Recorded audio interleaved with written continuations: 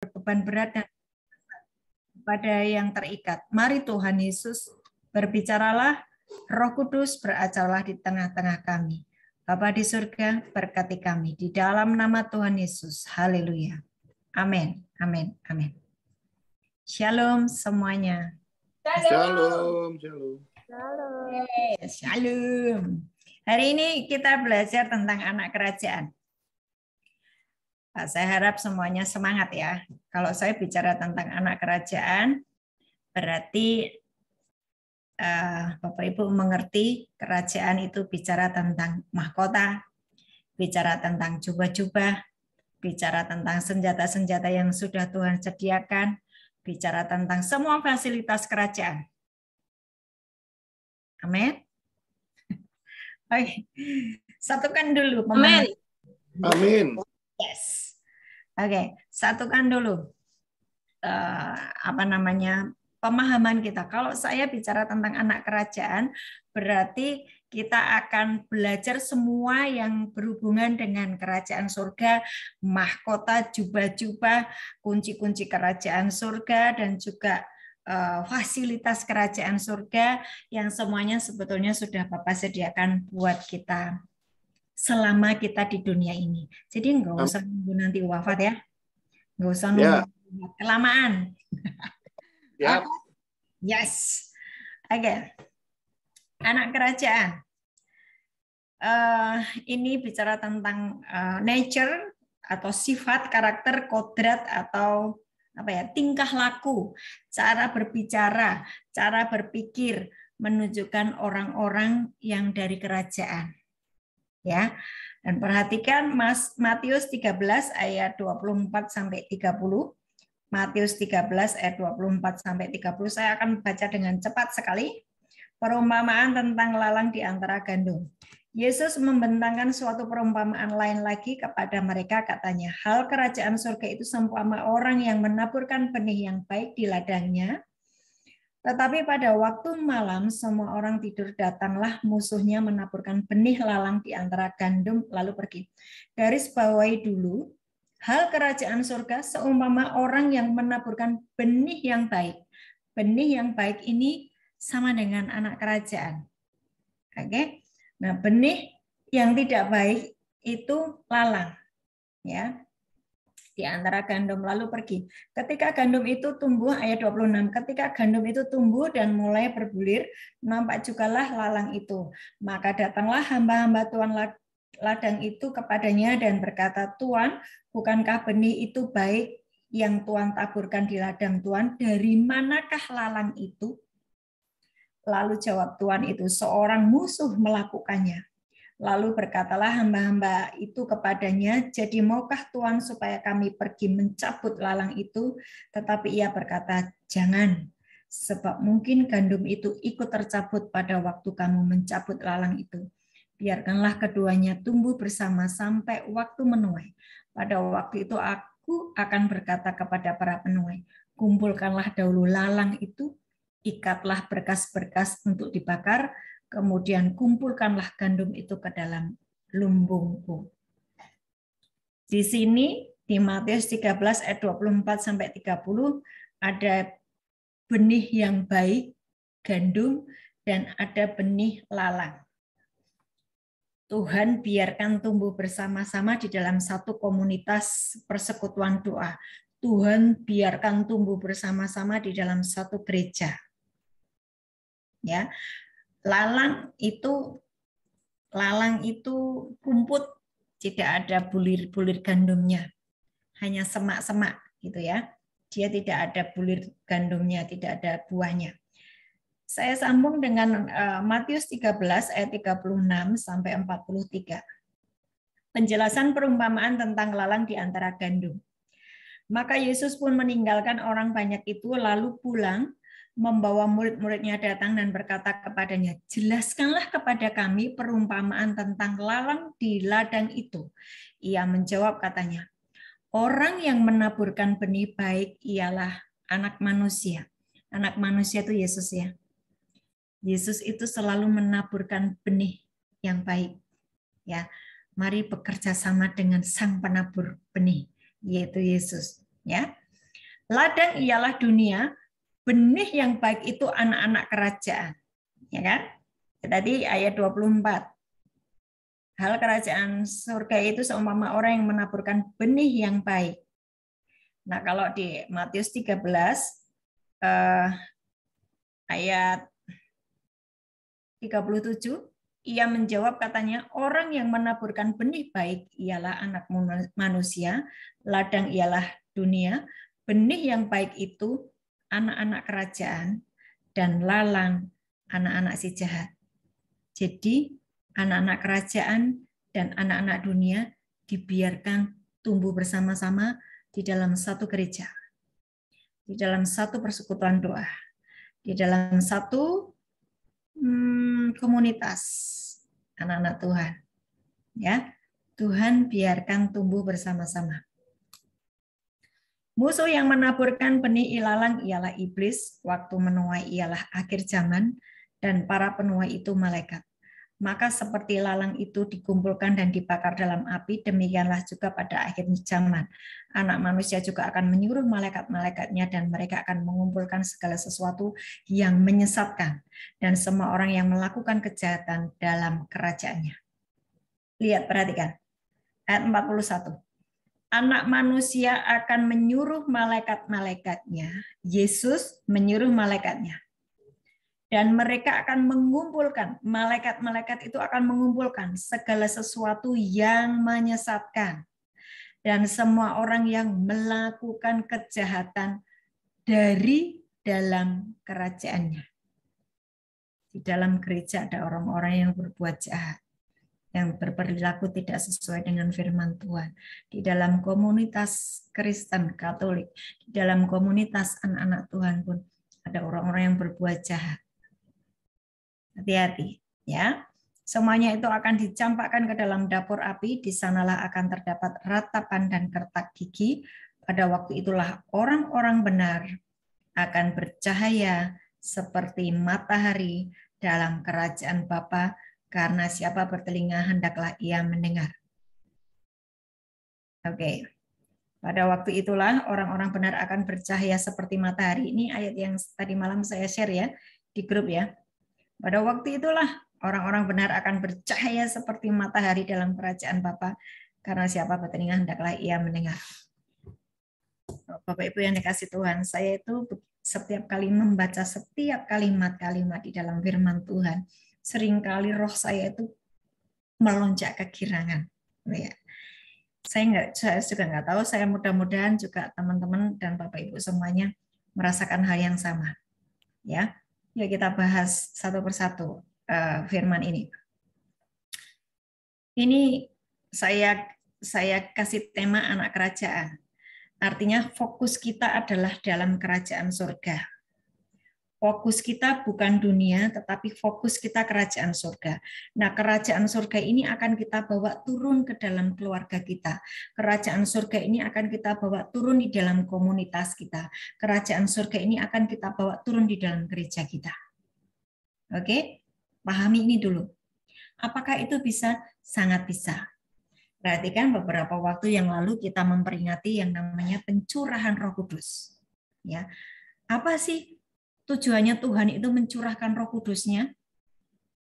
Tujuannya Tuhan mencurahkan Roh Kudus itu apa? Tidak hanya engkau bisa berbahasa roh, ya, untuk yang baru saja mendapatkan pencurahan Roh Kudus, mendapatkan kepenuhan Roh Kudus, selamat karena engkau sudah mulai bisa berbahasa roh. Nah, tidak hanya engkau bisa berbahasa roh, tidak hanya engkau bisa membuat mujizat-mujizat, tidak hanya engkau tumpang tangan pada orang sakit dan orang sakit itu sembuh. Tidak hanya berhenti di situ, tetapi pencurahan Roh Kudus yang dikerjakan oleh Bapa di surga yang kita terima itu, tujuannya adalah supaya apa? Supaya kita ini terus terhubung dengan kerajaan surga. Ya. Tujuannya supaya kita ini terus terhubung dengan kerajaan surga. Nah, kalau kita terus terhubung dengan kerajaan surga, maka kita ini ngalami surga itu nyata gitu loh. Bukan angan-angan. Surga itu bukan nanti. Nah, itu kan hanya hamba Tuhan. Bukan sesuatu yang sulit kerajaan surga itu ya. Dan setelah kita mengalami pencurahan Roh Kudus, membuat kita terhubung terus dengan kerajaan surga, dan secara karakter, secara tingkah laku, cara berpikir kita, itu akan menyesuaikan pola kerajaan surga. Perhatikan ya. Mungkin Bapak Ibu ada yang bergumul, gimana sih? Aku tuh kok pengen hidup sesuai dengan apa aturan-aturan yang di dalam kerajaan surga kok sulit. Mintalah Roh Kudus penuh di dalam hidupmu. Penuh di dalam hidupmu. Roh Kudus yang penuh di dalam hidup kita ini membuat kita memiliki perilaku, pola pikir, paradigma yang sama dengan kerajaan surga. Sehingga kita sangat mudah menyesuaikan pola kerajaan surga dengan perilaku kita di dunia ini. Ya, pencurahan Roh Kudus yang kita terima membuat kita memiliki perilaku kerajaan surga. Pencurahan Roh Kudus yang kita terima membuat kita terus menyadari bahwa kita ini bukan anak dunia. Kita ini bukan anak-anak dunia yang dibangun dengan pola dunia, tetapi kita ini anak-anak kerajaan. Itu membuat kita tuh sadar terus loh. Kalau kita ini sadar terus, ya nggak ada yang namanya pengen berbuat dosa lagi. Percayalah. Karena sudah dibangun di dalam pola kerajaan surga. Nggak ada yang namanya memfitnah. Nggak ada yang namanya membenci. Nggak ada yang namanya berbuat cabul, berbuat zina, nggak ada. Karena apa? Engkau penuh dengan Roh Kudus. Penuh dengan Roh Kudus. Membuat seluruh karakter kita ini diselaraskan dengan kerajaan surga. Ya, tangkap dulu. Jadi Bapak Ibu yang masih bergumul dengan dosa, yang jatuh bangun terus, masih jatuh bangun terus di dalam dosa, engkau terintimidasi terus di dalam intimidasi iblis, mintalah Roh Kudus penuh di dalam hidupmu. Ya. Dan apabila Bapak Ibu merasakan, aku ini sudah berdoa, tapi kok doaku sepertinya kurang tajam ya. Aku ini sudah berdoa tentang pergumulanku bertahun-tahun, kok itu nggak terjadi ya. Kok itu tidak breakthrough ya. Kok aku nggak ngalami apapun yang dijanjikan oleh Tuhan. Mintalah pencurahan Roh Kudus penuh di dalam hidup kita. Oke. Kalau saya menyampaikan hal seperti ini, pelajaran yang lalu harus diingat. Pelajaran yang lalu saya terus mengulang-ulang, repent, bertobatlah, sebab kerajaan surga di tanganmu. Ya toh? Minggu lalu. 2 minggu berturut-turut saya ngomong, bertobatlah, kerajaan surga di tanganmu. Bertobat dari apa? Cara berpikir dunia, pola pikir dunia, paradigma yang salah, ketidakpercayaan. Ketidakpercayaan itu gimana? Waktu saya berkata, engkau sembuh dalam nama Yesus, Tuhan memberikan kepadamu organ-organ tubuh yang baru. Terus engkau berkata, masa sih? Masa sih? Kayak gitu. Ketidakpercayaan, keraguan. Itu yang menghalangi mujizat itu terjadi. Mungkin gini, bertahun-tahun Bapak Ibu itu mengalami yang namanya pergumulan ekonomi.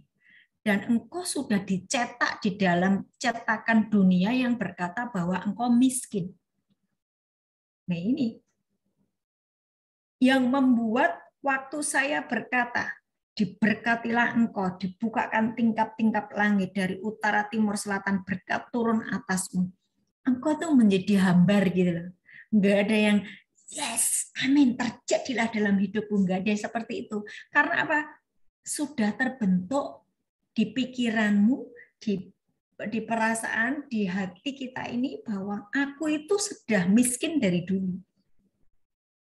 Ini ya.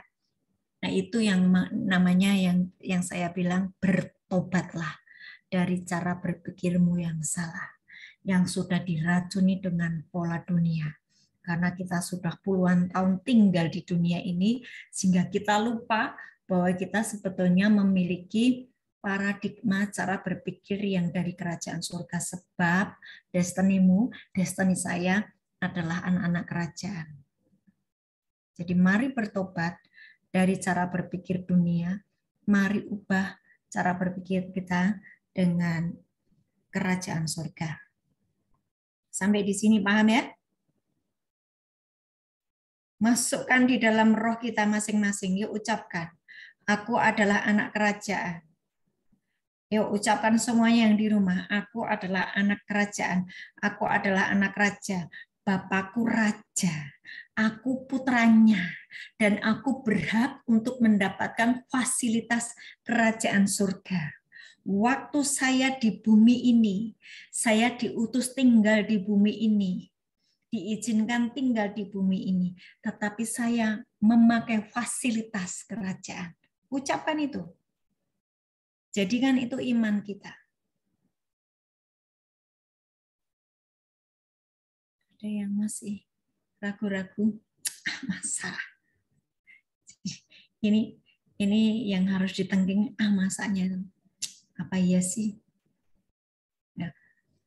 Hari-hari ini saya terlalu sering bertemu dengan orang yang berkata, masa. Saya ini sudah berapi-api, sudah berdoa dengan, wah, aku percaya engkau tuh dapat mujizat. Aku lagi minta sama Bapa di surga untuk engkau diberikan paru-paru yang baru. Responnya, masa sih? Aduh Tuhan. Itu kasihan banget loh yang berdoa. Dan itu malaikat itu sudah mau turun. Malaikat itu sudah mau turun bawa seperti yang kita mau. Ya. Kan saya anak kerajaan, Bapak Ibu semua anak kerajaan, punya fasilitas kerajaan, punya akses dengan kerajaan surga, yaitu Roh Kudus yang penuh di dalam kita. Kita bisa minta yang namanya paru-paru baru. Terus kemudian orang yang kita doakan itu masih levelnya masih belum percayaan gitu loh. Masih hidup di dalam pola-pola dunia. Yang harus mengandalkan dokter, boleh silakan mengandalkan dokter. Tapi jika dokter sudah angkat tangan, kau mau cari siapa? Ya kan? Kalau dokter sudah angkat tangan, engkau cari siapa? Ya cari Tuhan yang menciptakan onderdilmu ini. Yang menciptakan jantung, yang menciptakan paru-paru, yang menciptakan peredaran darah seluruhnya itu, urat-urat saraf-saraf, datang kembali ke pabriknya kan, betul nggak? Nah tapi seringkali oleh karena pembentukan pola dunia yang sudah dicetak sedemikian rupa sehingga menghalangi yang namanya iman atau percaya kepada setiap apa yang surga sudah sediakan. Nah, lanjut ya, kerajaan surga itu tidak ada hubungannya dengan agama ya. Bapak Ibu yang dikasih Tuhan, perhatikan ini. Waktu engkau memiliki yang namanya kerinduan hati untuk saudara-saudaramu diselamatkan, kerinduan hati untuk tetangga diselamatkan, atau orang-orang di sekeliling kita diselamatkan, perhatikan kerajaan surga itu tidak ada hubungannya dengan agama. Kerajaan surga itu hubungannya hanya dengan keselamatan, kesembuhan, sukacita, damai sejahtera, semua yang baik. Ingat waktu Bapa di surga menciptakan Adam dan Hawa, setiap hari mesra dengan Bapa di surga, jalan-jalan di taman, enak. Itu kerajaan surga. Kalau hari ini Bapak Ibu sedang mengalami yang namanya tergeletak sakit, itu bukan rancangan Bapa. Jangan berkata bahwa ini ada adalah dari Tuhan, karena hukuman, karena saya begini-begini. Betul, memang firman Tuhan berkata, karena kejahatanmu, maka engkau mengalami yang namanya sakit. Karena engkau melanggar perintah-perintah Tuhan, maka engkau sakit. Tapi sebetulnya itu bukan rencana Tuhan. Itu adalah keputusan kita untuk melanggar firman sehingga kita sakit. Yesus di atas kayu salib, selalu saya bilang, itu menanggung semua sakit penyakit kita. Ya. Adam dan Hawa tidak diciptakan untuk membangun agama. Adam dan Hawa diciptakan untuk menguasai bumi. Menguasai alam semesta. Kuasailah bumi, beranak cuculah, kuasailah bumi.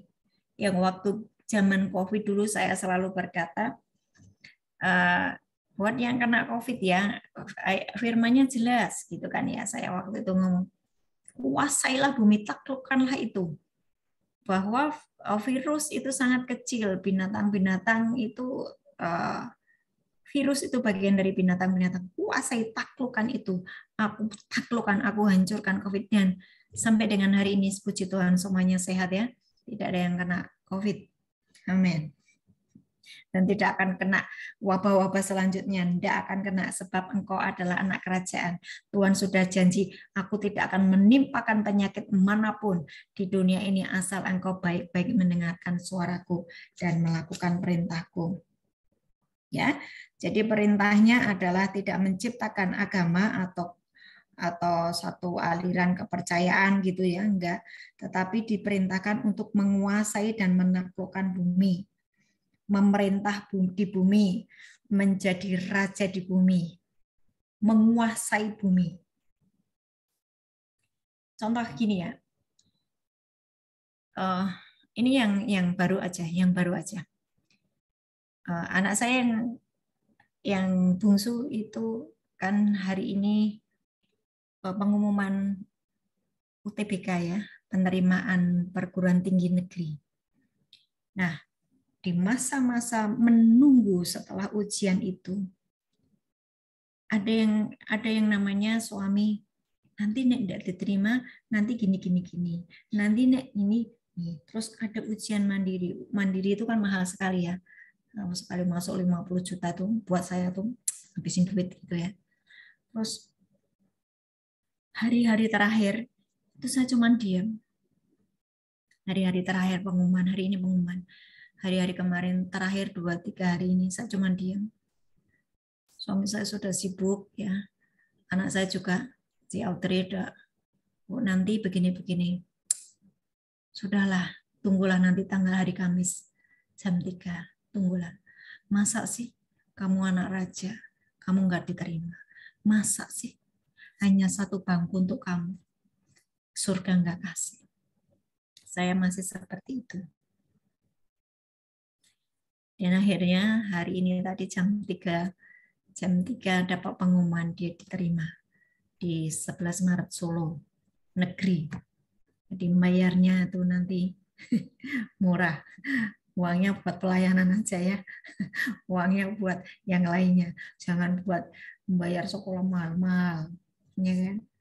Jadi begitu caranya ya. Jangan dibuat rumit. Duduklah diam dan berkata, masa sih aku ini anak raja, kami ini anak kerajaan. Kuasai bumi. Kata Tuhan, kuasai bumi. Ya, kok enggak kuasai bumi?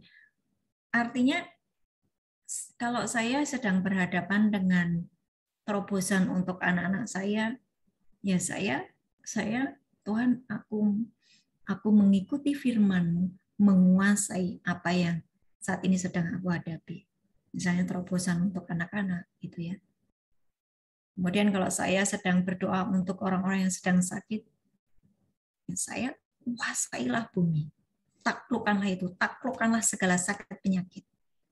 Nah, iman kita itu harus seperti itu, menyadari bahwa engkau dan saya adalah anak-anak kerajaan yang punya otoritas, yang punya akses dengan kerajaan surga. Caranya begitu ya.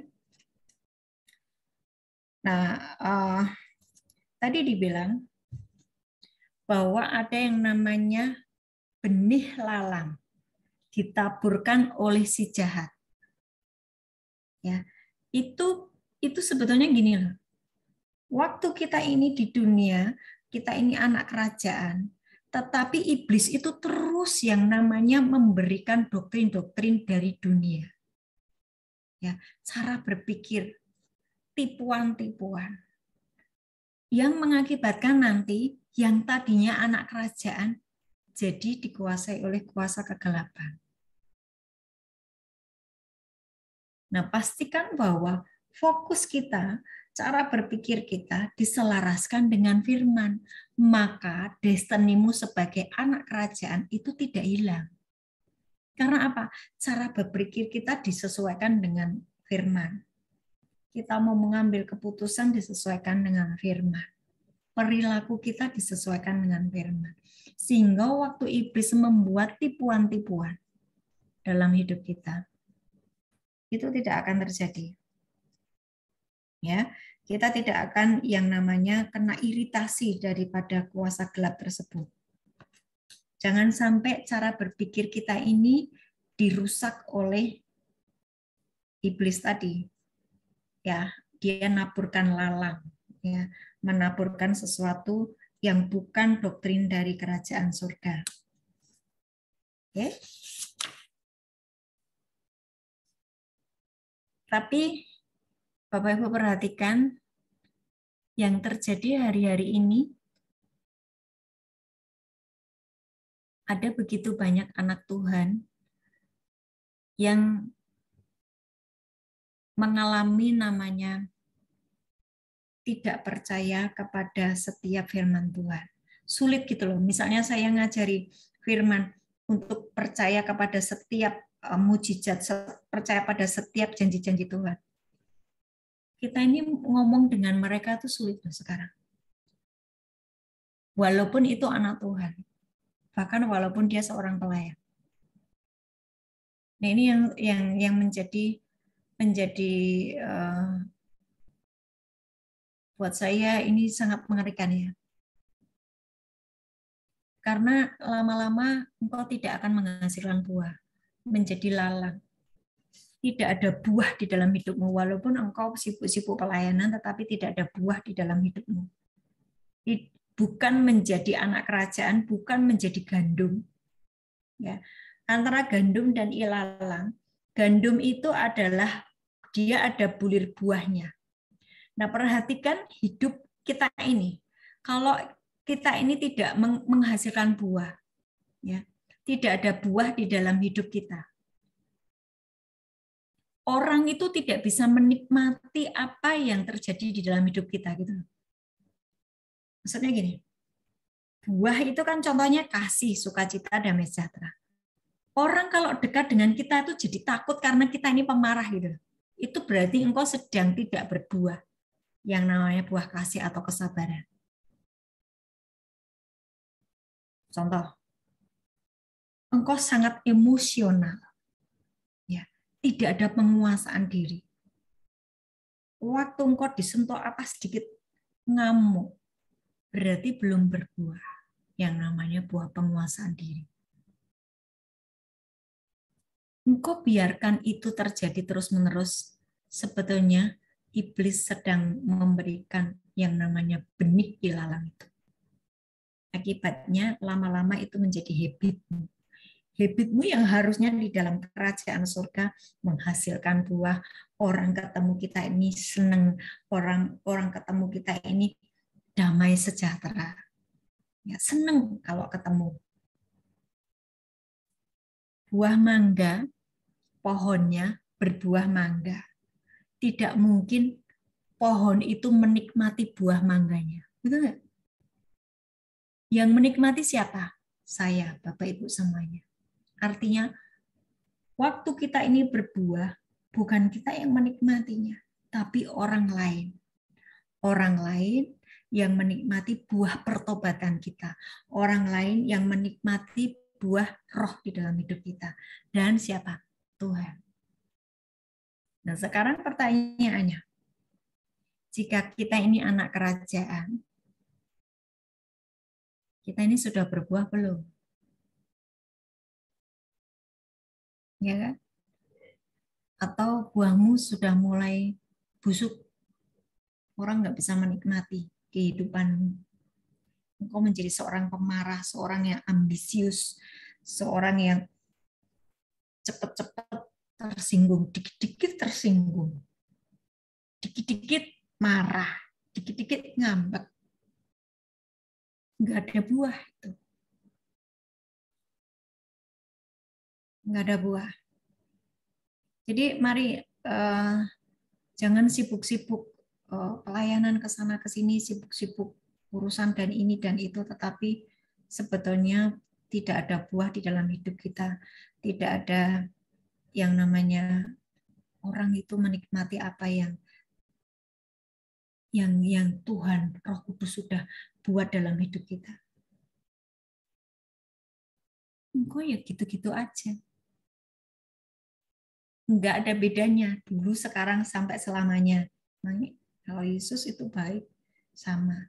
Tapi kalau engkau sama, dulu manusia lama, sekarang tetap jadi manusia lama, itu berbahaya. Pada akhirnya, nanti Tuhan akan mengutus malaikatnya untuk mengumpulkan lalang.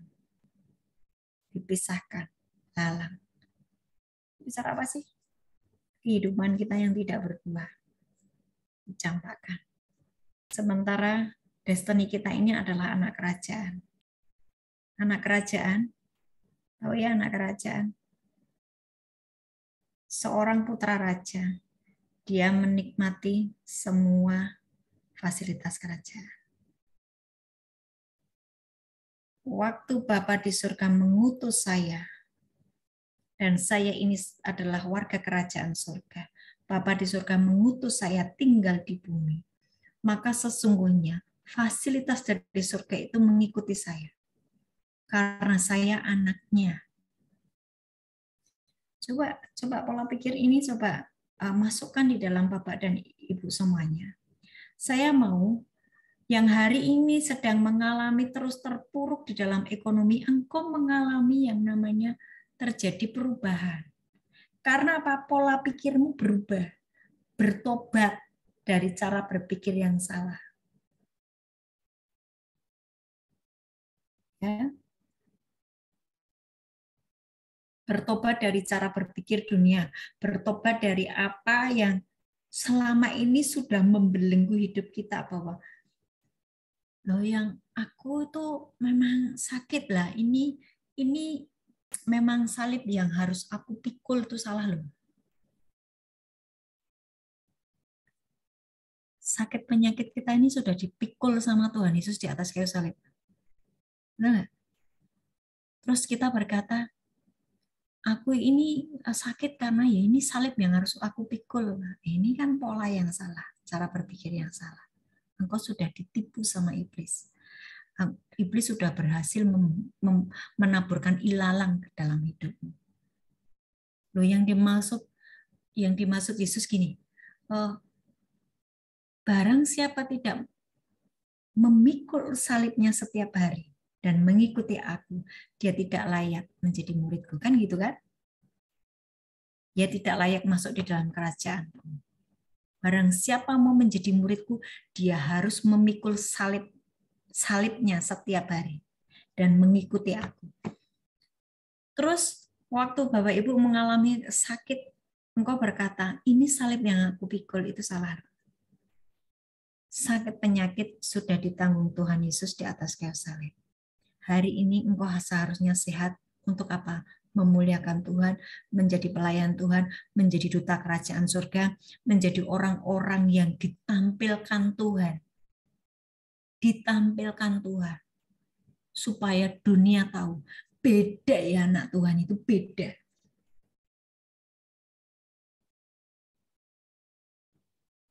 Kembali tadi. Iblis mengatakan, ya ini yang harus aku pikul. Tidak. Sakit penyakit sudah dipikul Tuhan Yesus di atas kayu salib. Yang harus saya salibkan itu apa? daging kita, emosi kita, keinginan-keinginan kita yang tidak selaras dengan keinginan Tuhan. Itu yang harus disalib. Yang harus disalibkan. Jadi kan memikul salib itu sebetulnya itu. Terus kemudian ada lagi yang berkata, aku nih di dunia menderita, suamiku begini-begini, anak-anakku memberontak, gini, ya inilah salib yang harus aku pikul. Salah.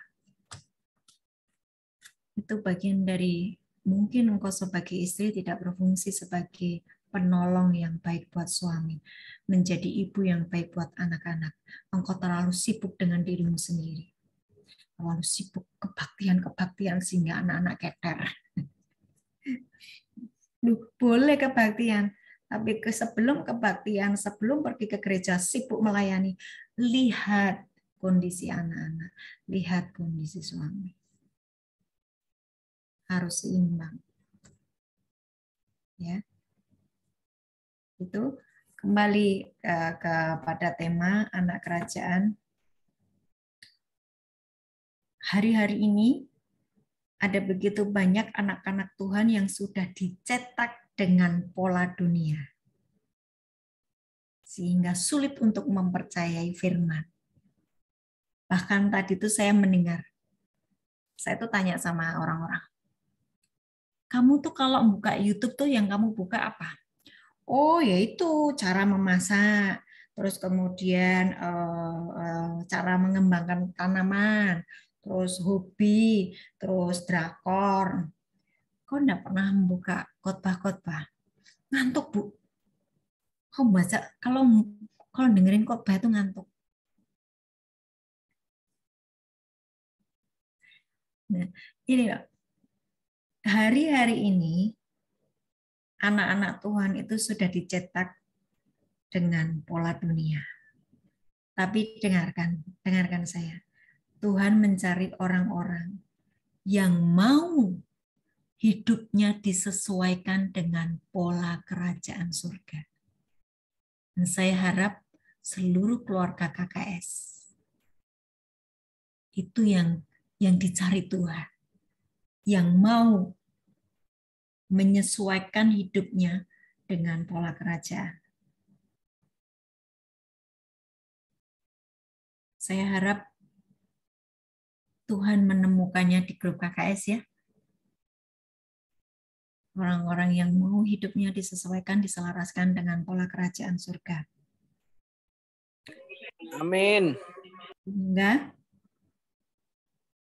seluruh KKS di tangannya ada kerajaan surga. Amin. Ya, engkau bisa membuat mujizat. Amin.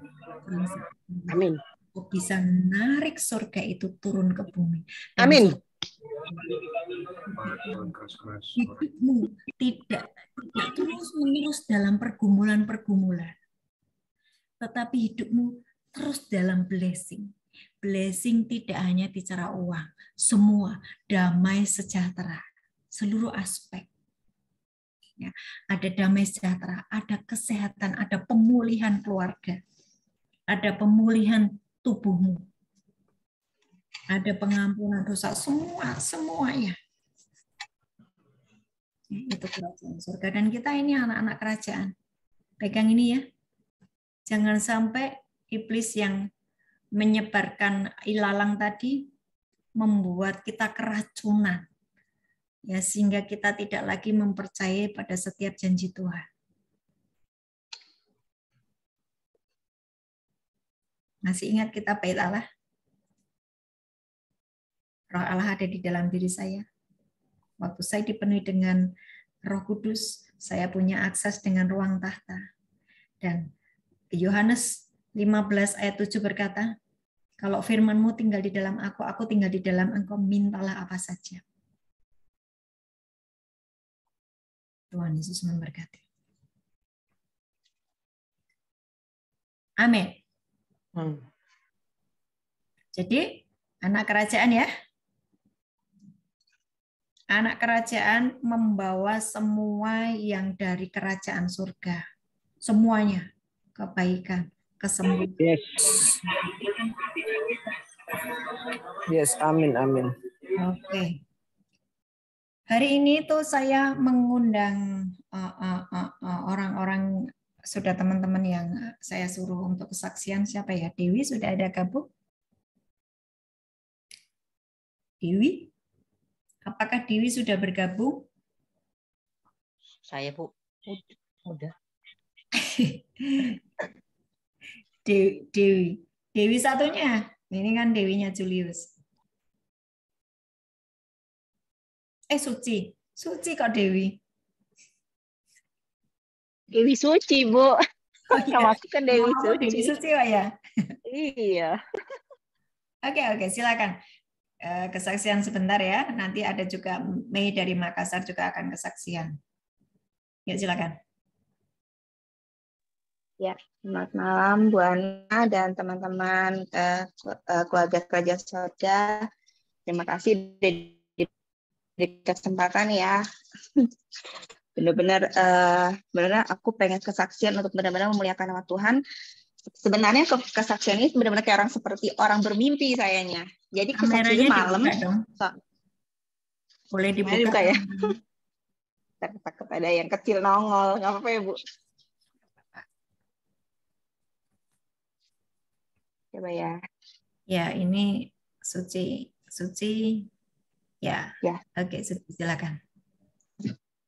Ya, jadi waktu malam itu suami saya tiba-tiba pulang. Nah, pulang, jadi malam, kondisi malam dia dirasa capek banget, begitu dia bilang merasa giginya sakit. Dia bilang sakit, saya bilang saya kan lagi oleh selain tubuh dia pakai minyak kurapan. Lalu saya sampai doa sih gini, saya doa tapi dalam hati nggak berani, dalam hati itu suara kecil gitu, karena kan dia belum belum terima Tuhan Yesus, kok berdoa. Begitu nggak lama dia tidur. Lalu sebentar lagi dia bangun, kenapa gigi aku tiba-tiba sakit ya? Dia bilang gitu. Kenapa ya gigi aku tiba-tiba? Udah nggak apa-apa, aku doain ya. Udah dong doain. Nggak lama dia tidur. Udah gitu, udah besok pagi aku lihat biasa-biasa aja. Saya juga sampai lupa sih. Sayanya sendiri lupa. Lalu sore saya bilang, loh, saya sampai bersih-bersih rumah. Biasanya sampai bersih-bersih rumah, sapu-sapu bersih, salom-salom. Lalu saya merasa, loh tadi malam bukannya saya ini, suami saya sakit ya. Udah gitu sembuh gitu loh. Itu aja sampai saya luar biasa gitu loh. Benar-benar ngerasa kayaknya kok keren ya gitu. Saya sampai kayak ada hati kayak gimana gitu, sampai WhatsApp Ibu Ana, Bu, saya tuh ini loh, saya langsung cerita sama Bu Ana gitu. Jadi saya telepon suami saya, kamu giginya gimana? Gigi saya udah nggak, sore udah malam. Gigi aku udah nggak ada masalah, udah benar-benar sembuh. Puji Tuhan, Tuhan itu sembuhin kamu loh, luar biasa loh, Tuhan itu dahsyat. Saya bilang, baik Tuhan itu. Dia bilang dia sampai kayak gimana. Lalu dia terhadap saya juga kayak lebih hati kan dia gimana ya ke saya. Kayak seperti itu sih Bu, kesaksian saya yang kali ini. Udah gitu sama apa sih jadi lupa. Pokoknya dia itu kalau kemarin kan masalah kayak keuangan, anakku kan kemarin kan 2 tahun sama pandemi itu kan nggak ada, perekonomiannya benar-benar kurang gitu kan. Jadi waktu itu dia anak kecil aku mau sekolah itu mahal. Udah gitu dia bilang, tunda aja lah, nggak ada uang, dia bilang gitu. Aku bilang sama Bapak di sorga, aku serahkan putraku ke dalam tanganmu ya Bapak, aku serahkan anakku sekolah itu tergantung engkau Bapak. Udah gitu aku lupa banget. Akhirnya kali ini job suamiku tuh banyak numpuk sampai dia sendiri kewalahan. Akhirnya anakku bisa sekolah.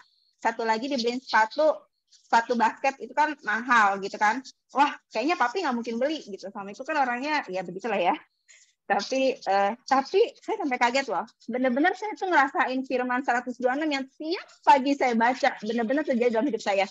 Seperti bermimpi. Masa iya ya, papi mau beli harga segitu gitu loh. Sampai saya tuh dibuat bermimpi-mimpi gitu loh. Jadi benar-benar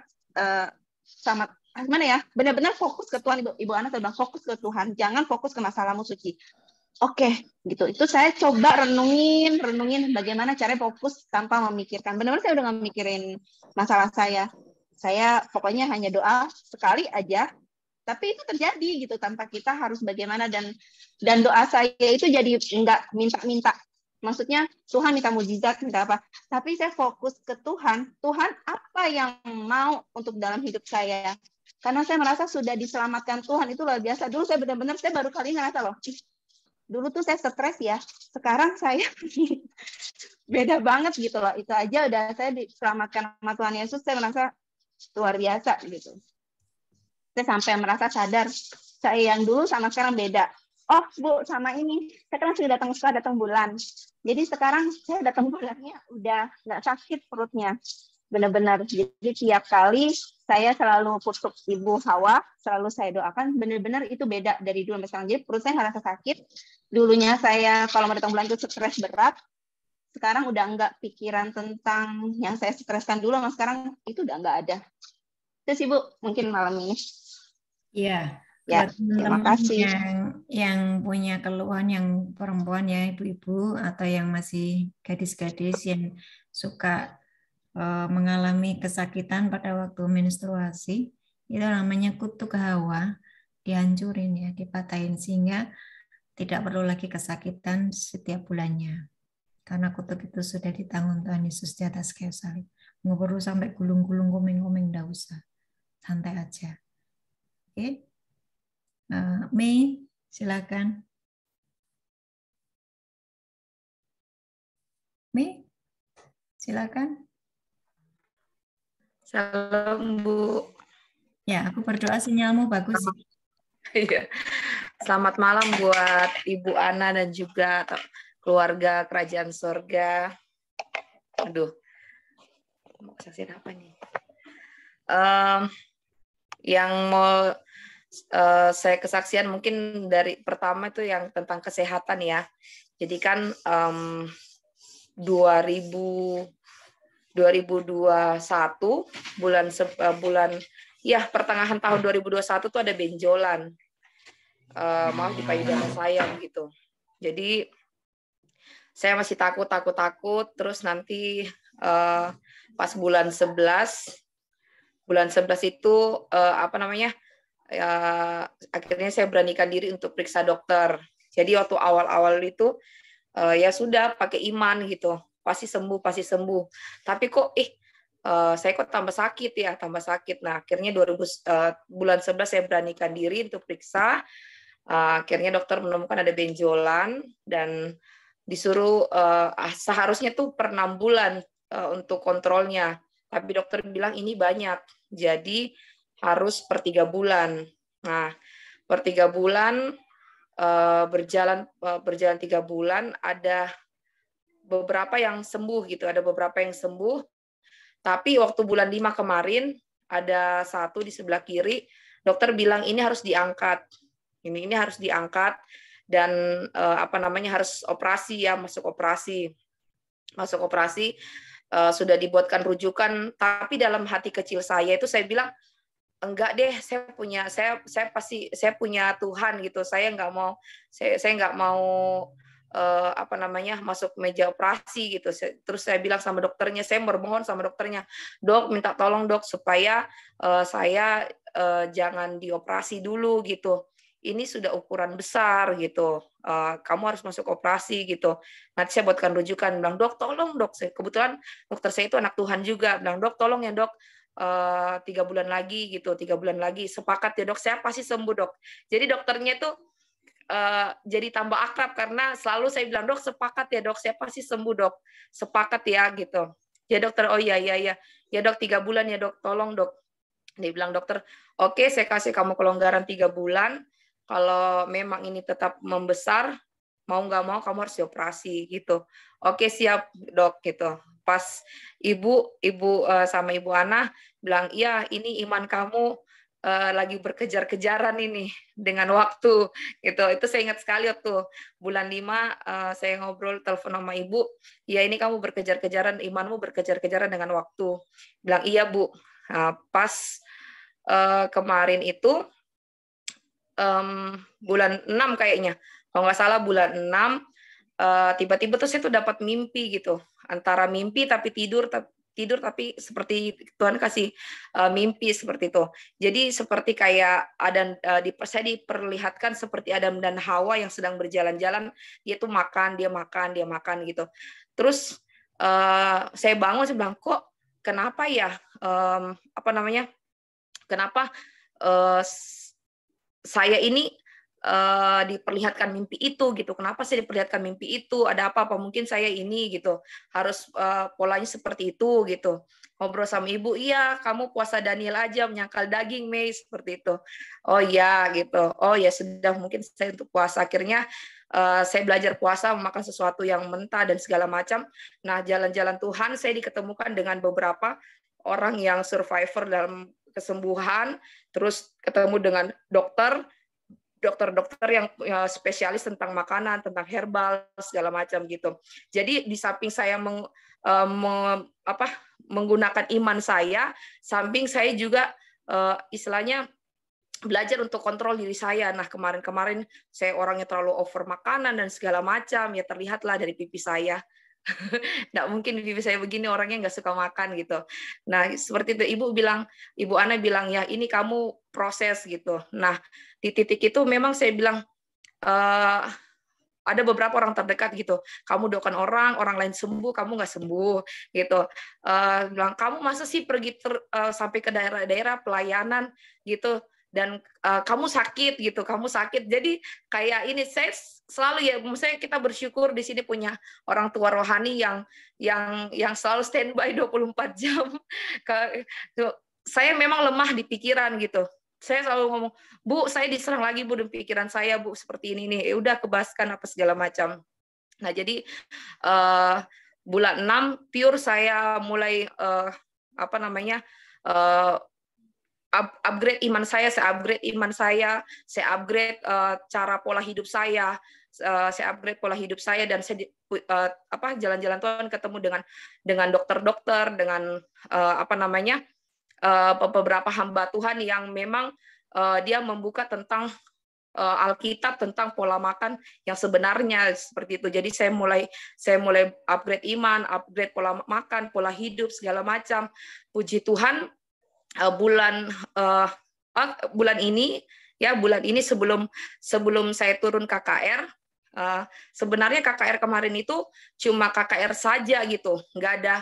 Tapi tiba-tiba di hati saya kok bikin penyuluhan kesehatan gitu, bikin kesembuhan gitu. Selama ini kami nggak buat seperti itu, dan polanya kami nggak tahu gitu, di pasukan Makassar nggak tahu. Tapi ya tiba-tiba terdorong gitu, gembala di sana, iya Bu, bikin Bu seperti itu gitu. Akhirnya saya bikin, dan harusnya itu jadwal periksa itu akhir bulan ini gitu. Harusnya tuh akhir bulan ini kami periksa gitu. Saya periksa gitu. Tapi dokter bilang gini, rujukan saya itu belum bisa gitu untuk awal gitu. Akhirnya saya ngobrol sama dokter yang kebetulan teman saya di tempat kerja saya, dia bilang, oh bisa kok Mei, nanti dibikinkan. Tapi di lain sisi, jadi saya tuh lemah di pikiran gitu, tapi Ibu selalu perkatakan lawan, kita punya hadirkan kerajaan surga di pikiran kamu, hadirkan kerajaan surga segala macam. Jadi itu terus saya terobos pikiran saya, di titik saya lemah, saya ngobrol sama Ibu, telepon segala macam, dan oke, saya bilang, pasti ada sesuatu yang Tuhan mau gitu. Pasti Tuhan tolong saya gitu. Tapi di lain sisi lagi, kalau kamu nggak sembuh, kamu mau bikin doa kesembuhan gimana itu gitu. Jadi pikiran itu bercampur, saya bilang, udah, saya percaya sama Tuhan. Kalau memang Tuhan mau, pasti Tuhan buka jalan gitu. Akhirnya saya ngobrol sama dokter buka jalan, dokter buat rujukan segala macam, saya periksa dan lagi-lagi saya diserang lagi dalam pikiran. Waktu saya ngobrol sama Ibu Bu, waktu saya di USG, pikiran saya macam-macam, Bu. Udah suasana yang hening, dingin, segala macam. Dokter yang periksa saya, pertanyaannya macam-macam. Kamu ini enggak? Ini ada ini enggak? Ini enggak? Saya cuma bilang, Tuhan, saya bersamamu. Saya udah belajar, tenang, Mei, tenang. Kamu bersama dengan Tuhan gitu. Tapi mana suasana AC yang dingin sekali, saya bilang, aduh ini AC dingin sekali, malah ini keadaan saya, tapi saya bilang enggak, saya percaya dengan Tuhan, saya percaya dengan Tuhan. Setelah saya periksa USG, minggu depannya saya baca hasil, 1 hari sebelum saya berangkat ke daerah, 1 hari sebelum saya ke daerah, terus saya baca hasil, tunggu untuk dokter baca hasil. Waktu saya mau masuk ruangan dokter, iblis masih taruh di pikiran saya, ya udahlah, kalau emang saya harus operasi, ya wes lah, ya udah nggak apa-apa lah gitu. Tapi di pikiran saya enggak, saya punya Tuhan yang besar, saya punya Tuhan yang besar, pasti sembuh. Waktu saya masuk, dokter baca, hah? Terus bilang, dok, saya sempat bingung, dok, gimana dok hasilnya dok? Ini beberapa hilang. Dan yang kemarin itu mengecil. Ini nggak ada tanda-tanda yang bahaya. Kamu nggak perlu operasi. Saya bilang, dok, ulang lagi dok. Iya, ini udah beberapa hilang, beberapa kecil. Nggak ada yang membahayakan dok, nggak ada. Terus gimana dok? Ini mah nggak perlu periksa 3 bulan, tinggal 6 bulan lagi dicek. Dok, gitu ya dok, berarti bulan 6, berarti bulan 12 dong dok. Iya bulan 12. Dok, sepakat lagi ya dok. Jadi saya ngomong, dok, sepakat lagi ya dok, bulan 12 itu Natal, pokoknya itu hadiah Natal dari Tuhan, pokoknya saya sembuh. Dokter bilang, iya. Dok, sepakat ya dok? Iya, sepakat. jadi saya bisa akrab dengan dokter mungkin karena ya itu suka ngajak bilang, ya dok sepakat ya, iya, kayak maksa gitu. Maksa untuk iman dengan dokter. Bahkan saya ngomong gini sama dokter, dok sepakat ya dok, nggak kena meja operasi ya dokter begini. Dia lihat ke saya gini, iya dok, sepakat nggak kena meja operasi, pokoknya sembuh. Iya gitu. Ya itulah maksudnya itu kesaksian saya bahwa dari situ saya bilang, oh ternyata dari proses ini saya diajar untuk menaklukkan pikiran saya gitu. Saya menjadi pikiran saya diubah untuk mempunyai karakter seperti Kristus gitu. Bagaimana di titik mengandalkan Tuhan, bagaimana titik untuk membangkitkan iman. Jadi pola pikir saya bukan pola pikir manusia, tapi pola pikir sorga, kerajaan sorga. Di situ karakter. Bentar. Sebetulnya mudah sekali. Teman-teman perhatikan ya. Bagi yang sakit, bagi yang mengalami problem, sebetulnya simpel saja. Firman berkata apa? Ya itu yang tertulis di firman itu. Gitu, Mei. Ya, tapi kan pikiran-pikiran kita ini kayaknya lebih cerdas dari Tuhan gitu ya. Iya. Silakan lagi, Mei. Silakan. Lanjut.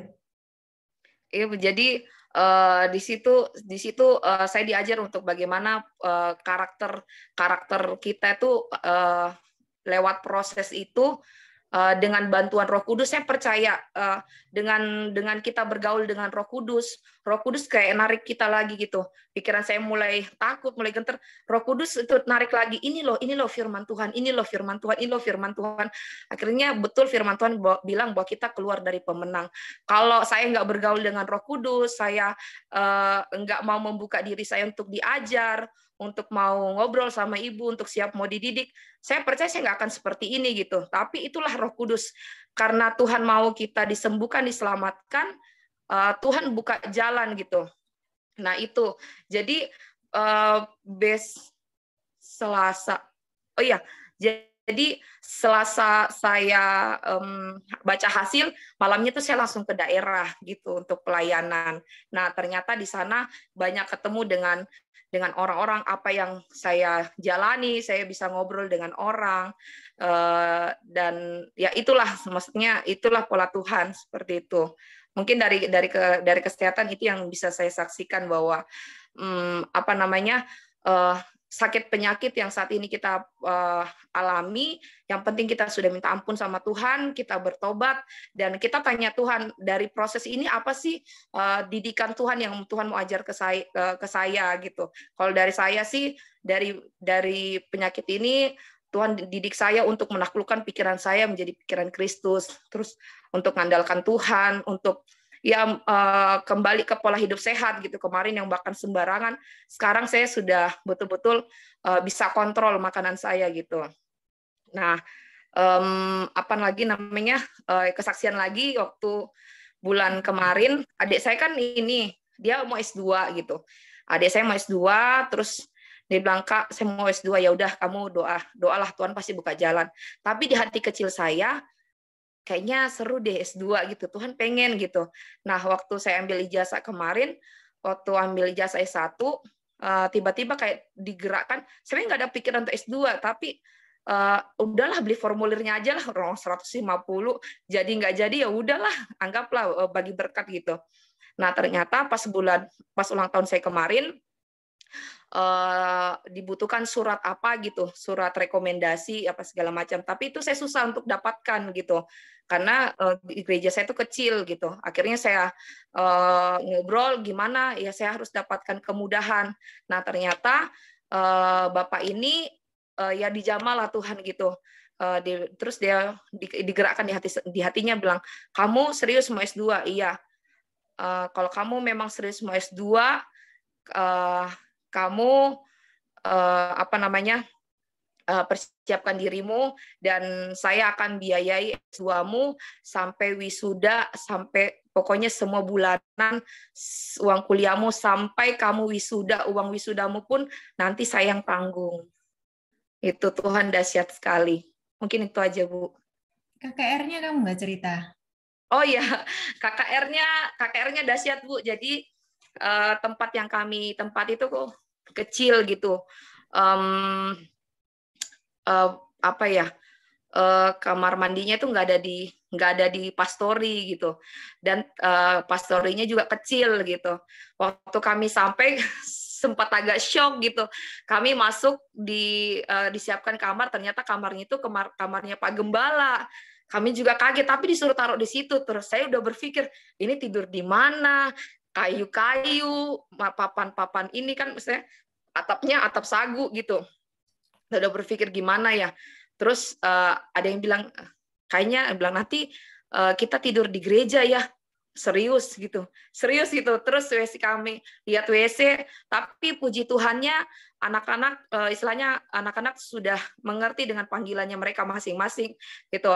Yang pasukan kami yang saya nggak pernah berpikir dia istilahnya dia anak kota yang istilahnya kukunya takutlah kotor gitu, pedikir, medikur. Tapi waktu turun pelayanan, dia sampai sikat kamar mandi, sikat WC, dia bersihkan kamar mandi, itu kan ya WC daerah lah gitu.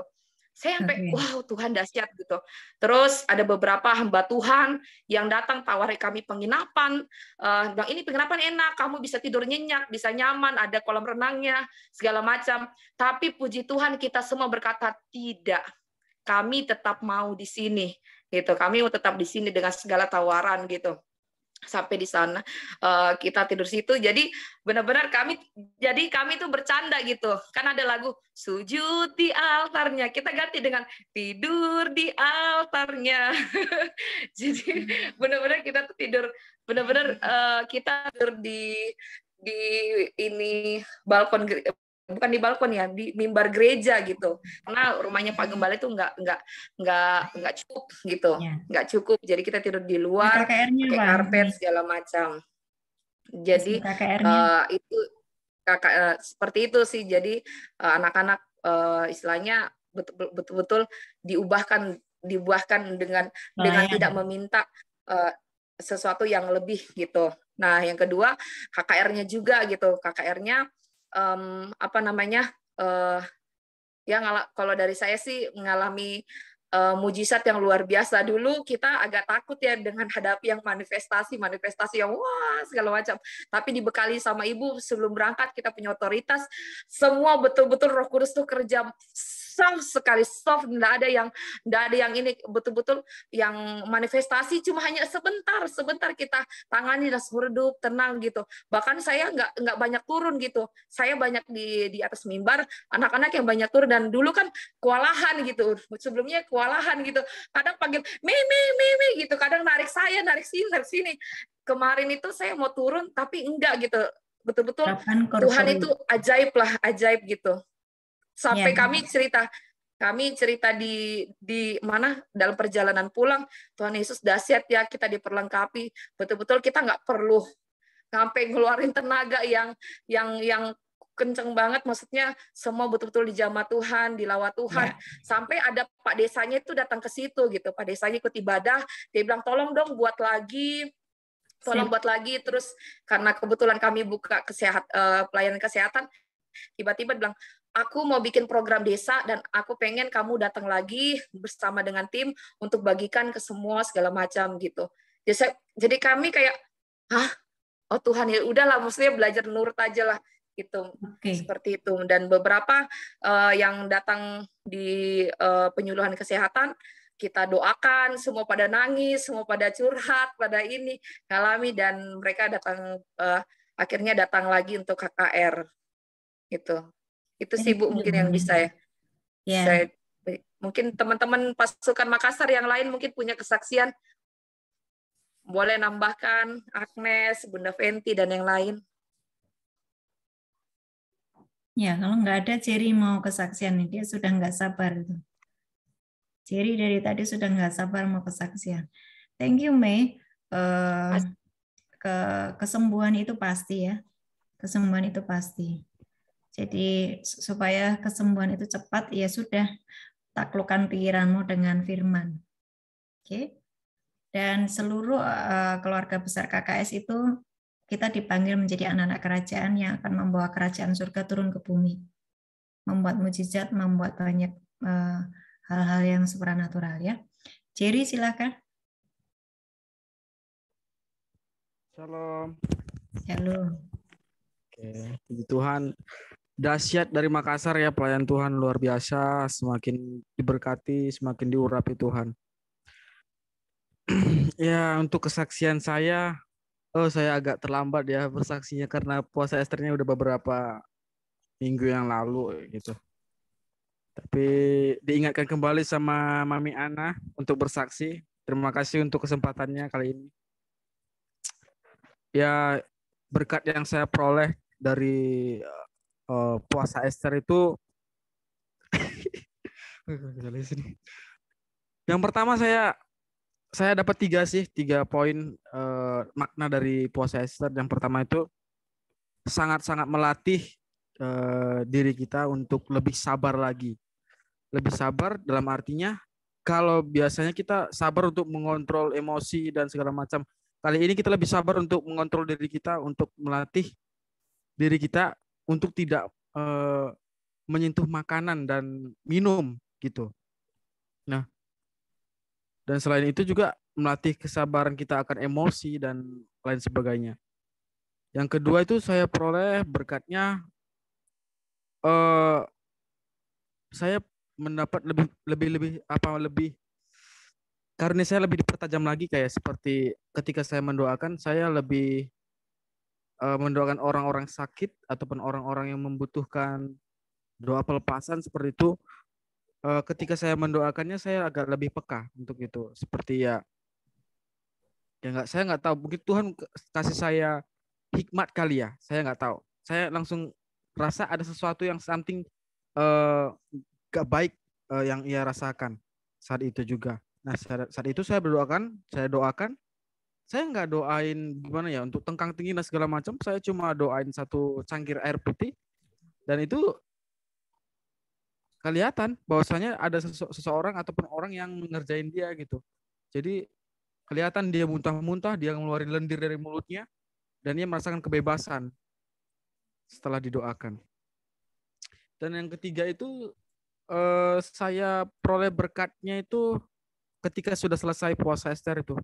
Nah, jadi di situ saya merasakan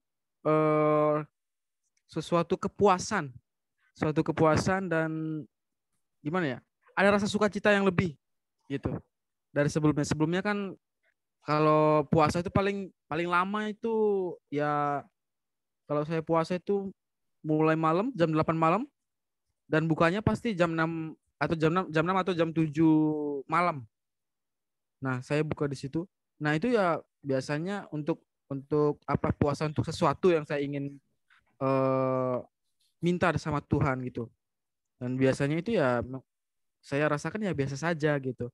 Tapi kalau puasa Ester kali ini memang benar-benar luar biasa, benar-benar terasa kuasa Tuhan itu dinyatakan. Karena lewat puasa Ester, iman kita benar-benar diuji, bahwasanya kita sungguh-sungguh bersama Tuhan. Itu yang saya peroleh, itu yang saya rasakan selama saya mengikuti puasa Ester. Nah, mungkin bisa memberkati saudara-saudari semuanya dimanapun berada, dan untuk kedepannya biar keluarga kerajaan surga semakin luar biasa lagi dipakai Tuhan. Tidak hanya saya 1-2 orang saja, tetapi keseluruhannya bisa dipakai Tuhan sampai ke pelosok, sampai ke ujung-ujung bumi, sampai semuanya kita rapture, naik semua ke surga. Amin. Oke, itu dari saya. Terima kasih, Tuhan Yesus memberkati. Thank you. Ciri, jangan live dulu. Pelajaran hari ini kamu paham enggak?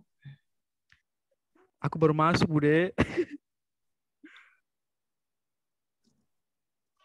Pelajaran hari ini nggak tahu, berarti nggak ngikuti ya? Iya, baru masuk ini. Tadi saya barusan ikutin Zoom juga tadi sebentar. Oke, siapa ya? Saya mau panggil Bu Novi, Bu Novi. Bu Novi buka kameranya. Novi, Ibu Dokter Novi. Pelajaran hari ini saya ngajar apa? Paham nggak? Ya, Bu. Kurang lebih tentang ilalang sama gandum. Jadi dengerin Ciri. Bu Novi akan ngajar kamu hari ini karena kamu terlambat masuk. Jewer. Oke, Bu Dokter, silakan. Firmannya itu boleh saya share ya, Bu, biar bisa baca semua. Ya. Di Matius itu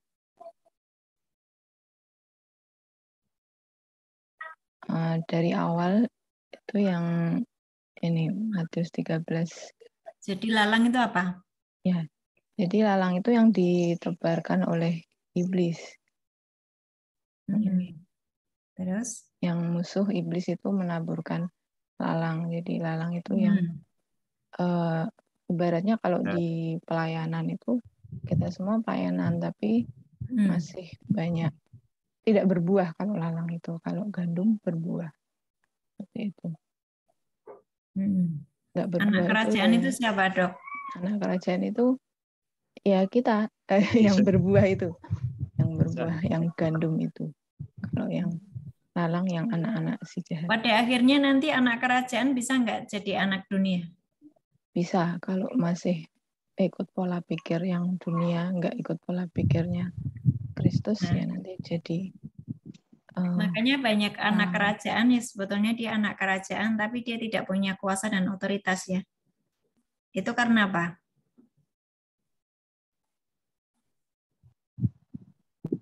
Sama-sama anak kerajaan, sama-sama percaya sama Yesus, sama-sama percaya Yesus loh ya. Tapi kenapa yang satu ada kuasa dan otoritas, satunya tidak? Pak Wahyu silakan. Ya, karena tidak percaya, jadi menghalang-halangi mujizat. Karena tidak percaya. Jadi masih ada fitnah, iri hati, dan sebagainya, sehingga tidak percayaan itu menghalang-halangi itu semua. Ya. Waktu iblis menebarkan ilalang, ya. Itu bicara apa? Segala cara berpikir yang dari dunia, doktrin dunia, ya, pola dunia, itu merusak firman yang sudah kita dengar, sehingga kita menjadi orang-orang yang kompromi. Nah, itu contoh-contohnya seperti itu. Maka sebetulnya dia berfungsi sebagai anak kerajaan, jadi tidak berfungsi. Gitu ya. Itu yang menghalangi mereka tidak bisa membuat mujizat, tidak bisa menghadirkan kerajaan surga turun. Jadi hanya aktivitas rohani saja, agamawi. Banyak ya Pak ya? Ya. Banyak yang begitu ya Pak? Banyak. Ya, termasuk saya dulu gitu. Gini. Kemarin pagi saya itu kan ngonselingi orang yang sedang kesakitan, ya, seorang bapak yang lagi kesakitan. Kemudian saya sharing firman supaya tumbuh iman, ya, supaya ada iman di dalam diri bapak tersebut. Rupanya istrinya ikut mendengarkan. Kemudian saya banyak menceritakan contoh-contoh kehidupan saya, di mana saya menyelaraskan dengan firman Tuhan dan berkata, contoh-contohnya, misalnya Tuhan berkata, jangan khawatir, burung pipit aja dipelihara, apalagi anak-anak Tuhan, maka saya tidak pernah khawatir. Saya bisa perintahkan berkat itu dari utara, selatan, barat masuk ke dalam rumah saya, kan gitu kan? Saya berkata gitu. Terus saya banyak kesaksian, terus dia bilang begini. Ya iya, Ibu kan hamba Tuhan. Jadi bisa membuat mujizat-mujizat. Jadi gampang ketika berdoa. Terus saya balik bertanya kepada dia, kepada ibu itu. Lah kalau saya hamba Tuhan, ibu hambanya siapa? Terus saya buka, saya suruh baca di Roma 6. Yuk kita baca Roma 6. Ini coba minta tolong diperhatikan supaya kita semuanya sama-sama belajar, ya. Jangan terpaku pada itu kan hanya Bu Ana, hanya Jerry, hanya orang-orang yang sudah pelayanan, hanya Mei, enggak. Jadi kan ya. Roma 6 ayat, saya baca supaya cepat ya. Ayat 17 ya, tetapi syukurlah sampai ke bawah. Roma 6:17. Tetapi syukurlah kepada Allah, dahulu memang kamu hamba dosa, tetapi sekarang kamu dengan segenap hati telah mentaati pengajaran yang telah diteruskan kepadamu. 18. Kamu telah dimerdekakan dari dosa dan menjadi hamba kebenaran. Kamu telah dimerdekakan dari dosa dan menjadi hamba kebenaran. 19. Aku mengatakan hal ini secara manusia karena kelemahan kamu. Sebab sama seperti kamu telah menyerahkan anggota tubuhmu menjadi hamba kecemaran dan kedurhakaan yang membawa kamu kepada kedurhakaan, demikian hal kamu sekarang harus menyerahkan anggota tubuhmu menjadi hamba kebenaran yang membawa kamu kepada pengudusan. Sebab ayat 20. Waktu kamu hamba dosa, kamu bebas dari kebenaran. Dan buah apakah yang kamu petik daripadanya, semua itu menyebabkan kamu merasa malu sekarang. Karena kesudahan semuanya ialah kematian. Perhatikan ayat 22. Perhatikan ayat 22. Tetapi sekarang setelah kamu dimerdekakan dari dosa, dan setelah kamu menjadi hamba Allah, kamu beroleh buah yang membawa kamu kepada pengudusan, dan sebagai kesudahannya ialah hidup yang kekal. Jadi, saya kan bertanya sama ibu itu, kalau saya hamba Tuhan, lah ibu itu hambanya siapa? Kalau saya ini hidup di dalam kebenaran, tidak lagi berbuat dosa, maka saya hamba Allah. Nah sekarang ibu ini hambanya siapa? Bingung dia. Mau bilang hambanya Tuhan, belum sepenuhnya hidup di dalam kebenaran. Makanya begini loh. Saya mau katakan, Bapak Ibu semuanya kan sudah dihapus dosa-dosamu. Ya kan? Dosa-dosa kita ini sudah diampuni. Engkau tidak lagi menjadi hambanya iblis. Engkau tidak lagi menjadi hamba dosa. Sekarang kita ini menjadi hamba kebenaran. Hamba kebenaran itu ya hamba Allah. Karena kita sudah tidak lagi diikat oleh dosa. Yang majikan kita ini sekarang siapa? Tuhan Allah. Ya toh? Berarti kita ini hamba Allah. Tidak harus menjadi pendeta, tidak harus menjadi pastor, tidak harus menjadi romo. Tapi waktu kita ini meninggalkan dosa, hidup di dalam kebenaran, maka kita hamba Allah, anak kerajaan yang berhak untuk mendapatkan semua fasilitas surga. Itu ya? Bisa ditangkap ya? Jadi tidak ada lagi semua yang di sini, yang di keluarga kerajaan surga, tidak ada lagi yang minder. Kalau tiba-tiba Roh Kudus berkata doakan dia, doakan. Kalau tiba-tiba Roh Kudus menggerakkan tangannya Bapak Ibu untuk tumpang tangan pada orang sakit, tumpang tangan. Engkau tidak akan pernah mengerti kuasa otoritas itu ada di tanganmu ketika engkau tidak pernah praktek. Ya. Engkau tidak akan pernah mengerti bahwa di dalam dirimu ada kuasa dan otoritas ketika engkau tidak pernah mempraktekannya. Ya, itu yang diuntungkan adalah iblis. Gitu ya? Oke. Semuanya, ya silakan Pak Wahyu. Ya, mau tanya tadi Bu Ana menjelaskan tentang salib. Oh ya, salib. Jadi salib itu ada kedagingan, kemudian masalah sakit dan sebagainya itu bukan salib. Bukan. Tapi yang salib itu adalah kedagingan, seperti kita emosi, kita punya pikiran iri hati, kita pendendam dan sebagainya. Nah, kemudian kalau masalah dan sebagainya, sakit dan sebagainya bukan salib, itu bagaimana Bu Ana? Itu kita karena selama ini saya kok punya pemikiran bahwa orang kalau punya masalah itu berarti memikul salib gitu. Nah, ini tadi ada penjelasan Bu Ana tidak, tapi saya minta penjelasan itu. Terima kasih. Coba cari ayatnya. Penyakit kitalah yang ditanggungnya. Di mana itu? Penyakit kitalah yang ditanggungnya. Yesaya berapa? Penyakit ditanggungnya.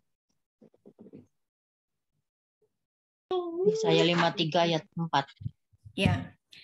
Yesaya 53 ayat 4. Tetapi sesungguhnya penyakit kitalah yang ditanggungnya dan kesengsaraan kita yang dipikulnya. Padahal kita mengira dia kena tulah, dipukul dan ditindas Allah. Firman itu tidak pernah yang namanya bertolak belakang dengan apa yang dia firmankan. Yesus di atas kayu salib itu menanggung semua sakit penyakit kita. Penyakit kitalah yang ditanggungnya. Penderitaan kitalah yang ditanggungnya. Kutuk kitalah yang ditanggungnya. Ya. Jadi kalau ada orang berkata dia sakit terus kemudian ya ini pikul salib, salah. Salib sakit penyakit itu sudah ditanggung Tuhan Yesus di atas kayu salib. Harusnya tubuhmu sembuh sehat. Untuk apa? Untuk menjadi saksi. Untuk jadi alat demonstrasinya Tuhan. Ya. Tuhan tidak mungkinlah kasih alat demonya yang sakit. Lah Yesus tuh menyembuhkan. Lah alat demonya yang sakit. Ya. Sakit itu bisa terjadi karena coba dibaca di Mazmur 107 ayat 17 sampai 22 itu. Akibat pelanggaran akan dosa, akibat pelanggaran menyebabkan dia berdosa sehingga dia sakit. Yakobus 5 ayat 14 sampai 16. Dosamunya diampuni, disembuhkannya dia. Waktu Yesus menyembuhkan orang-orang sakit, perhatikan, dosamu sudah diampuni, jadilah sembuh. Oke. Jadi sebetulnya yang Yesus berkata, barang siapa mau menjadi muridku, dia harus menyalibkan dagingnya setiap hari. Dia harus memikul salibnya setiap hari. Dan mengikuti aku itu sebetulnya bicara tentang kedagingan kita. Bu, gimana kalau dengan penderitaan? Dia itu menderita terus loh, Bu. Keluarganya tuh berantakan, dia menderita, suaminya begini, anaknya begini. Penderitaan itu bukan salib. Itu karena kesalahan mereka yang tidak menyelaraskan pola pikirnya dengan kerajaan surga. Mungkin sebagai istri dia pemberontak, mungkin sebagai anak-anak tidak pernah diajari firman. Mungkin sebagai istri waktu suaminya selingkuh, istri itu tidak tanpa perkataan kau memenangkan suamimu. Perhiasanmu bukanlah pernik-pernik mutiara-mutiara, tetapi perhiasanmu adalah manusia batiniah. yang sangat berharga di mata Tuhan, kok tidak mengerjakan itu sebagai seorang istri, sehingga kacau. Gitu loh.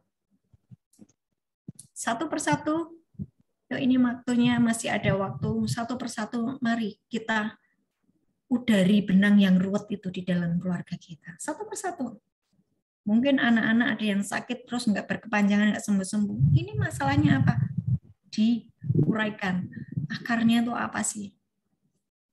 Itu bukan salib, Pak. Salib itu sakit penyakit itu sudah ditanggung Tuhan Yesus di atas kayu salib. Oleh bilur-bilurnya engkau sembuh. Oleh darah Yesus engkau sembuh. Dosamu diampuni, jadilah sembuh. Gitu ya. Jadi yang disalibkan apa? Yang dipikul salibnya apa? Kedagingan kita. Keinginan-keinginan yang tidak selaras dengan keinginan firman. Nah, gitu. Waktu kita menyalibkan kedagingan kita, kita hidup di dalam roh, Pak. Nah, waktu kita hidup di dalam roh, Roh Kudus penuh di dalam diri kita, kita punya akses dengan kerajaan surga. Tapi waktu kita susah untuk menyalibkan daging kita, akses dengan surga itu tulalit. Nggak nyambung. Karena surga itu roh, kita daging terus. Gimana mau nyambungnya? Ya kan? Surga roh, Allah itu roh. Ya, firman itu roh. Tapi kita hidup dalam daging terus. Ya nggak nyambung. Makanya pergumulannya tidak selesai.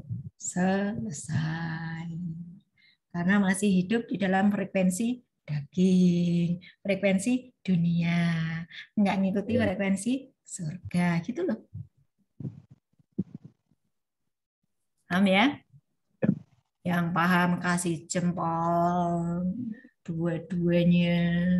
Sama mau bertanya Bu Ana. Silakan. Mau bertanya lagi. Jadi di keluarga saya itu bapak ibu kan sudah meninggal. Kemudian kakak saya yang paling besar juga sudah meninggal. Kemudian adik saya yang paling kecil barusan meninggal karena terus sekarang tinggal saya berdua dengan kakak saya. Jadi kita berempat, yang dua sudah meninggal. Tetapi akhir-akhir ini itu kalau saya malah jarang bermimpi ketemu dengan dua orang tua, dengan saudara-saudara saya. Tapi teman-teman saya itu banyak yang ditemui di dalam mimpi. Kemudian teman-teman itu pada nelpon saya, aku kayak gini berarti timpeni bapak ibumu karo adikmu ketemu aku. Malah saya jarang ditemui. Tapi saya tiap hari memang saya berdoa untuk kedua orang tua dan untuk saudara-saudara saya yang sudah meninggal itu. Nah ini saya itu apakah ya mudah-mudahan kedua orang tua kemudian saudara-saudara itu sudah diterima di surga gitu. Tapi saya kok punya pemikiran apa ini masih belum di surga gitu loh. Kok ngimpeni teman-teman saya gitu. Itu Bu Ana. Terima kasih. Pak, ini masalahnya roto sensitif, nanti japri ya. Oh ya. Karena ini dimensi alam roh. Kalau saya membahas di sini, ada yang levelnya belum nyambung, nanti terjadi perdebatan. Ya, jadi nanti japri. Dan khusus untuk hal seperti ini kita akan doa bersama dengan tim. Oke? Itu bisa kelihatan kok. Tapi tidak dibahas di sini. Oke. Lanjut. Apakah ada pertanyaan selanjutnya? Ya. Terima kasih. Sudah? Kalau sudah, kita akan berdoa untuk yang sakit ya. Tidak ada pertanyaan lagi ya. Saya minta tolong Bu Lisa untuk dibuka kameranya. Mari kita berdoa.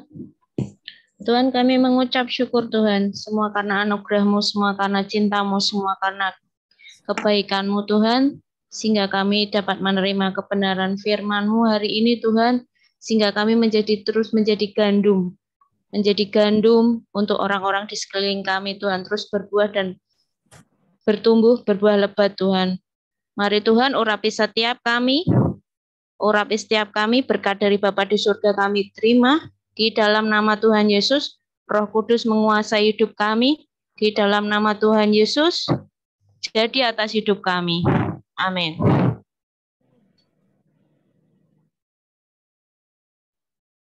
Oke, Doa berkat, Bu.